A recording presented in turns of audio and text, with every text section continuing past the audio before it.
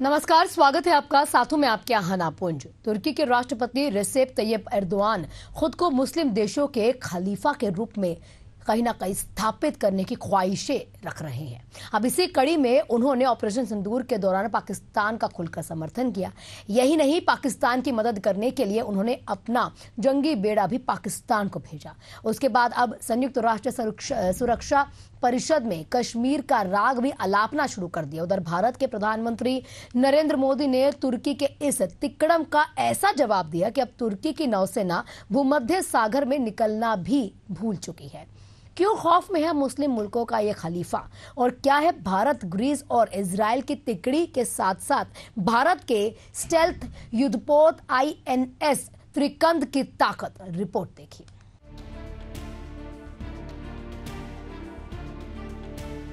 कश्मीर भारत का अभिन्न हिस्सा है और पाकिस्तान पोषित आतंकवादी यही दहशतगर्दी फैलाते हैं। पाकिस्तान इस दुनिया में आतंकवादियों की जन्नत है। शातिर आतंकवादी ओसामा बिन लादेन हो या फिर अजहर मसूद, हाफिज सईद या फिर भारत से भागकर आए दाऊद इब्राहिम हो या फिर छोटा शकील, सब इसी पाकिस्तान में तंबू ताने हुए हैं। ऑपरेशन सिंदूर के दौरान मारे गए आतंकवादियों के जनाजे में पाकिस्तानी फौज के अफसर नमाजे जनाजे में शामिल हुए थे। पहलगाम हमले में इन आतंकवादियों ने युवाओं को उनका धर्म पूछकर मारा था। अमेरिका का मोस्ट वांटेड आतंकवादी ओसामा बिन लादेन भी इसी पाकिस्तान में दुबका था। इसके बाद भी अमेरिका पाकिस्तान से चिपका हुआ है और तुर्की के राष्ट्रपति एर्दोआन उसी की हिमायत संयुक्त राष्ट्र सुरक्षा परिषद में कैसे कर रहे हैं, और भारतीय विदेश विभाग के प्रवक्ता इस संदर्भ में क्या कह रहे हैं, जरा सुनिए। हम पिछले अप्रैल में पाकिस्तान और भारत के बीच तनाव के बाद हुए युद्ध विराम से खुश हैं, जो संघर्ष में बदल गया था। हम आशा करते हैं कि कश्मीर के मुद्दे को संयुक्त राष्ट्र के प्रस्तावों के आधार पर कश्मीर में हमारे बहनों और भाइयों के सर्वोत्तम हित में बातचीत के माध्यम से हल किया जाना है। बड़े अफसोस के साथ कहना पड़ रहा है कि तुर्की की ओर से लगातार कश्मीर को लेकर बयान आ रहा है, जो कि असत्य, भ्रामक और पक्षपातपूर्ण है। कश्मीर भारत का आंतरिक मामला है। तुर्की सरकार को पहले इस मामले को समझना होगा। रही बात मलेशिया के प्रधानमंत्री के बयान की, तो हमारे मलेशिया के साथ अच्छे संबंध हैं। कश्मीर में ताजा चुनाव हुए हैं। नेशनल कॉन्फ्रेंस ने सभी अतिवादी दलों को पराजित किया है। लिहाजा तुर्की के राष्ट्रपति को, प्रधानमंत्री को हमारे निजी मामलों में दखल देने का कोई अधिकार नहीं। तुर्की के राष्ट्रपति को पाकिस्तान की इतनी पीड़ा क्यों हो रही है, अब जरा इसे भी समझने की कोशिश करते हैं। युद्धपोत पाकिस्तान भेजने की शुरुआत तुर्की ने ऑपरेशन सिंदूर के दौरान की थी।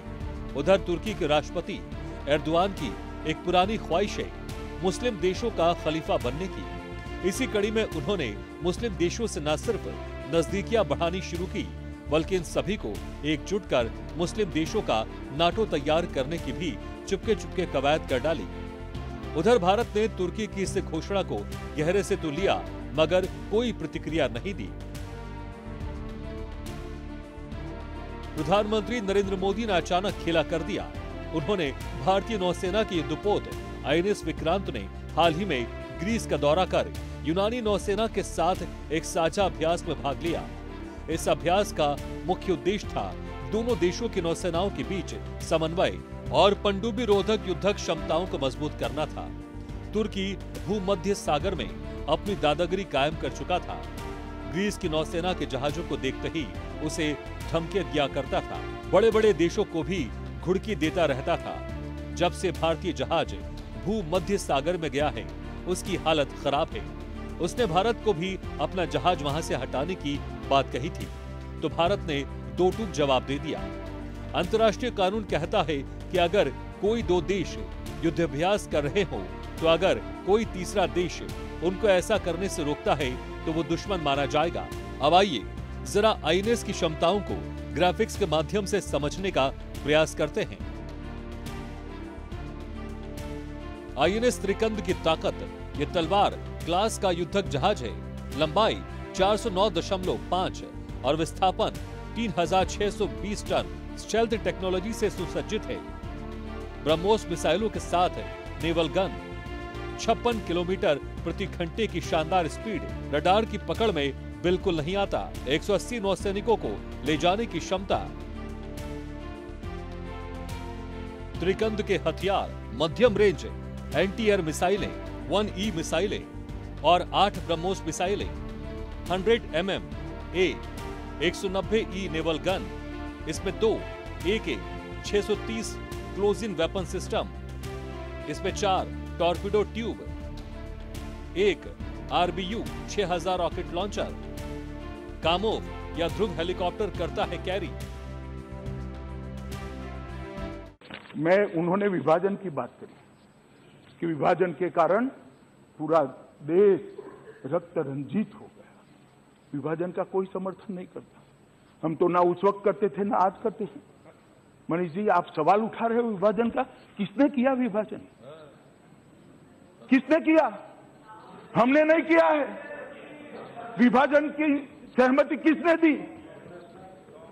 हम आज भी कहते हैं कि धर्म के आधार पर देश का बंटवारा नहीं होना चाहिए। हम आज भी कहते हैं ये गलती हुई है, ऐतिहासिक गलती हुई है, जिसकी ऊंचाई हिमालय जितनी है और गहराई सागर जितनी है। वो गलती मगर हमने नहीं की है। गलती हमने नहीं की है, गलती आपने करी है, आपकी पार्टी ने करी, और ये इतिहास से आप भाग नहीं सकते हो। माननीय अध्यक्ष जी हमें इतिहास की दुहाई दे रहे। 1/3 हिस्सा जम्मू कश्मीर का हमारे पास नहीं है। किसके कारण नहीं है भाई? किसके कारण नहीं है? जब महाराजा हरि सिंह जी ने भारत के साथ संधि कर दी, वायुसेना के विमानों से भारत की फौज वहां गई, पाकिस्तान के भेजी हुई कबीलाई के रूप में आई हुई सेना को खदेड़ना शुरू किया। खदेड़ते खदेड़ते काफी हद तक कश्मीर से लेकर आज की LOC तक पहुंचे। किसने सीज फायर कर दिया? किसने सीज फायर किया? माननीय अध्यक्ष जी, हमने नहीं किया। जवाहरलाल नेहरू उस वक्त के प्रधानमंत्री जी ने सीज फायर कर वो हिस्सा आज पाकिस्तान। हमें इतिहास सिखाते हैं, हमें कहते हैं, आरोप लगाते हैं, प्रेस कॉन्फ्रेंस करते, इसको भरोसे में नहीं लेते, उसको भरोसे में नहीं लेते, इसको भरोसे में फलाने को नहीं, ढिकने को नहीं लेते।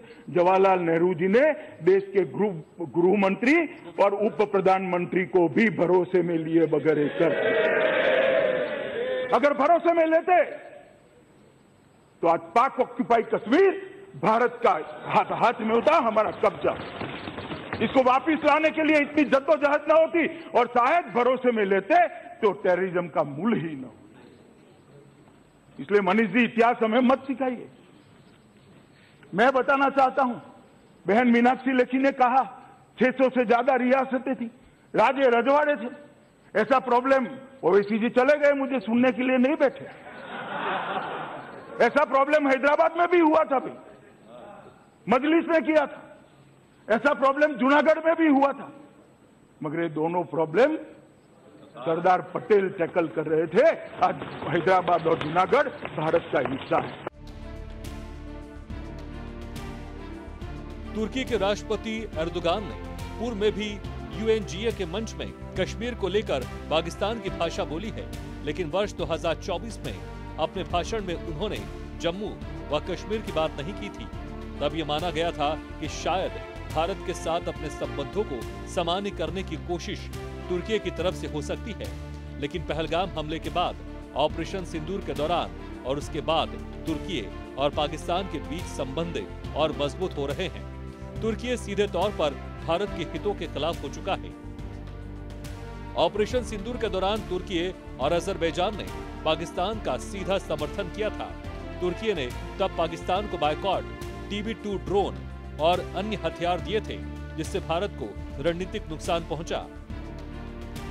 इन दोनों देशों के साथ भारत के रिश्ते लगातार खराब होते जा रहे हैं। कई विशेषज्ञ इन तीनों के गठबंधन को इस्लामिक नाटो के गठन के तौर पर देखते हैं। UNGA के दौरान ही 23 सितंबर को इस्लामिक देशों के संगठन OIC के कश्मीर कॉन्टैक्ट ग्रुप की विशेष बैठक हुई, जिसमें पाकिस्तान, तुर्की, सऊदी अरब, अजरबैजान और नाइजर के प्रतिनिधि शामिल थे। बैठक में पाकिस्तान के विशेष सहायक सैयद तारिक फतेमी ने भारत पर मानवाधिकार उल्लंघन, जनसांख्यिकी बदलाव और कश्मीरियों के आत्मनिर्भर के अधिकार के खनन करने का आरोप लगाया। तो वहीं भारत में कश्मीर को लेकर देश के नेताओं के क्या विचार हैं, आइए इसे समझते हैं। 22 अप्रैल को जम्मू कश्मीर के पहलगाम में आतंकियों ने मासूम देशवासियों को जिस बेरहमी से मारा है, उससे पूरा देश व्यथित है। कोटि कोटि देशवासी दुखी हैं।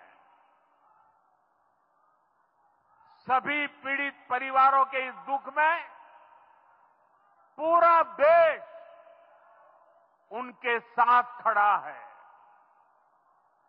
जिन परिवारजनों का अभी इलाज चल रहा है, वे जल्द स्वस्थ हो, इसके लिए भी सरकार हर प्रयास कर रही है। साथियों, इस आतंकी हमले में किसी ने अपना बेटा खोया, किसी ने अपना भाई खोया, किसी ने अपना जीवन साथी खोया है। उनमें से कोई बांग्ला बोलता था, कोई कन्नड़ा बोलता था, कोई मराठी था, कोई ओडिया था, कोई गुजराती था, कोई यहां बिहार का लाल था। आज उन सभी की मृत्यु पर करगिल से कन्याकुमारी तक हमारा दुख एक जैसा है, हमारा आक्रोश एक जैसा है। ये हमला सिर्फ निहत्थे पर्यटकों पर नहीं हुआ है, देश के दुश्मनों ने भारत की आत्मा पर हमला करने का दुस्साहस किया है। मैं बहुत स्पष्ट शब्दों में कहना चाहता हूं, जिन्होंने ये हमला किया है, उन आतंकियों को और इस हमले की साजिश रचने वालों को उनकी कल्पना से भी बड़ी सजा मिलेगी। सजा मिलकर के रहेगी।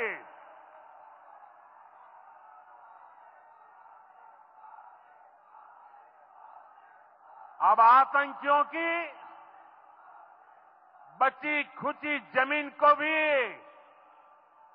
मिट्टी में मिलाने का समय आ गया है।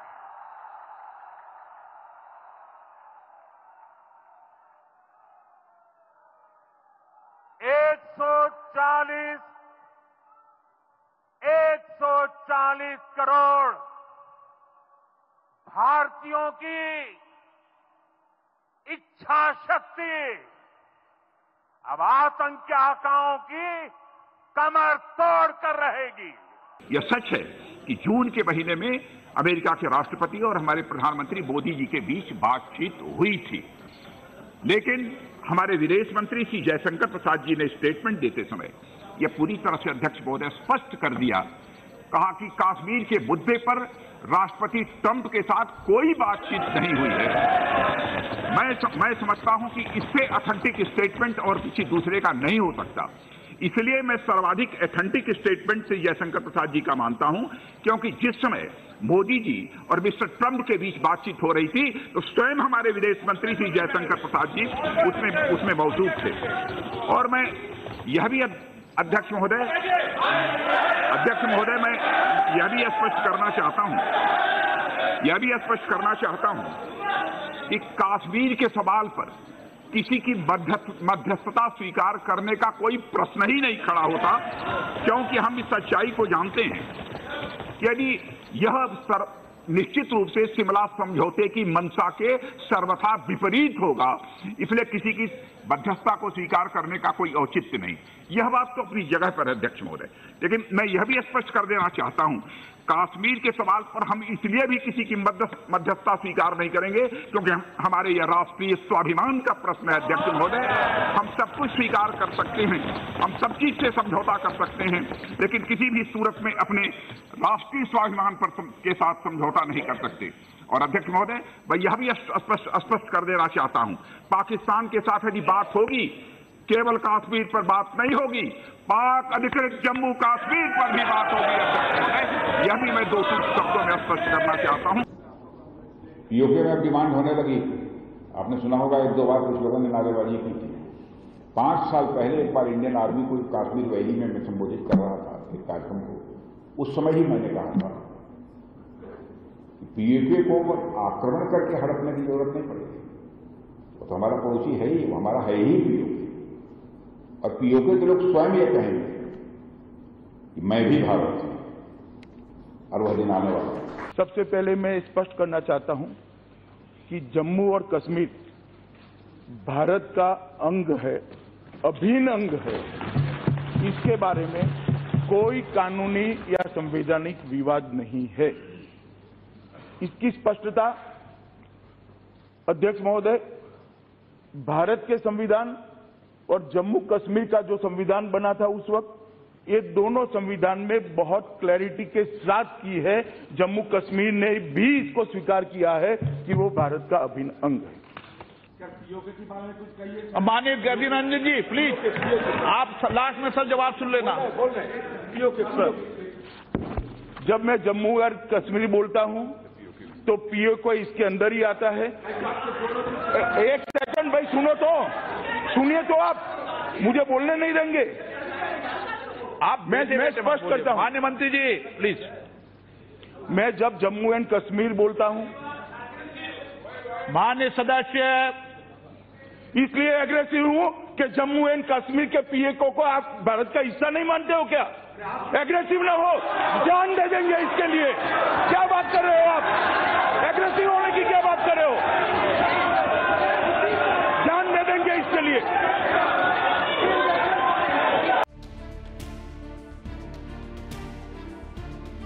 संयुक्त राष्ट्र सुरक्षा परिषद की बैठक में राष्ट्रपति एर्दोगन अपने घर की दुर्दशा नहीं बताए। कश्मीर पर बोलने वाले राष्ट्रपति एर्दोगन का हम सच से सामना करवाने जा रहे हैं। हम आपको बताते हैं कि कैसे एर्दोगन भारत और पाकिस्तान के बीच आकर अपनी घरेलू समस्या से बचना चाह रहा है। तुर्की की अर्थव्यवस्था पिछले कई सालों से बुरे हाल में है। तुर्की की करेंसी लीरा की वैल्यू डॉलर के मुकाबले लगातार गिर रही है और अगस्त 2024 में महंगाई दर 60% से ऊपर पहुंच गई थी। वहीं सितंबर 2025 में वॉल स्ट्रीट जर्नल की रिपोर्ट के मुताबिक महंगाई दर करीब 40% से ज्यादा है। तुर्की में आम जनजीवन के जरूरी सामान, दवाइयाँ और बिजली के बिल इतने ज्यादा महंगे हो गए हैं कि आम जनता के लिए रोजमर्रा की जिंदगी जीना दूभर हो गया है। तुर्की की एक और बहुत बड़ी दिक्कत बेरोजगारी है। एर्दोगन मुस्लिम दुनिया का खलीफा बनना चाहते हैं, लेकिन बेरोजगारों को रोजगार नहीं दे पा रहे हैं। इसी रणनीति के तहत एर्दोगन ने न्यूयॉर्क में संयुक्त राष्ट्र महासभा के मंच में कश्मीर का मुद्दा उठाया। उन्होंने कहा कि कश्मीर समस्या का समाधान यूएन प्रस्तावों और डायलॉग के आधार पर होना चाहिए और तुर्की कश्मीरियों के साथ है। तुर्की के तानाशाह को पाकिस्तान के वरिष्ठ पत्रकार की ये बात जरूर सुननी चाहिए। कोर्ट में जस्टिस मोहसिन अख्तर कियानी के सामने हुकूमत पाकिस्तान ने आज ये कहा है कि आज़ाद जम्मू कश्मीर एक फॉरेन टेरिटरी है। ठीक है, फॉरेन आज मान गया ना आपकी एक फॉरेन टेरिटरी है, तो फिर ये बताएं कि वहां पे रेंजर्स जो है वो क्यों जाती है? और जब आज़ाद कश्मीर का वजीर आजम जो है वो कहता है कि मैंने रेंजर्स को नहीं बुलाया, ठीक है, तो वो किसकी इजाजत से गया? पीओके जो है पाकिस्तान ऑक्युपाइड कश्मीर है, भारत का हिस्सा है, उस पर कोई कॉम्प्रोमाइज नहीं हो सकता। और कश्मीर मुस्लिम पर उसका अंतर्राष्ट्रीयकरण करना ये कभी एक्सेप्टेबल नहीं है। ये हमारा मसला है, इसको हम निपटाएंगे। लेकिन अब जो इंटरवेंशन साफ दिखाई दे रहा है अमेरिका का, वो मैं समझता हूँ उस पर सरकार को अपना पक्ष रखना चाहिए। जम्मू कश्मीर के बहनों और भाइयों, जम्मू कश्मीर भारत माँ का माथा है। आपको राहत देने में कोई कसर नहीं छोड़ी जाएगी। मिलकर काम करेंगे, मुसीबत से लड़ेंगे, और संकट के पार निकाल के ले जाएंगे। कुछ काम ऐसे हैं जो राज्य सरकार को करने हैं। मुझे पूरा विश्वास है, क्योंकि हम आपदा में कोई राजनीति नहीं करते। पहला काम है किसानों को निकाल के ले जाना, गरीबों को जो परेशान हैं उनको संकट से बाहर निकालना, उनकी सामान्य जिंदगी बहाल करना।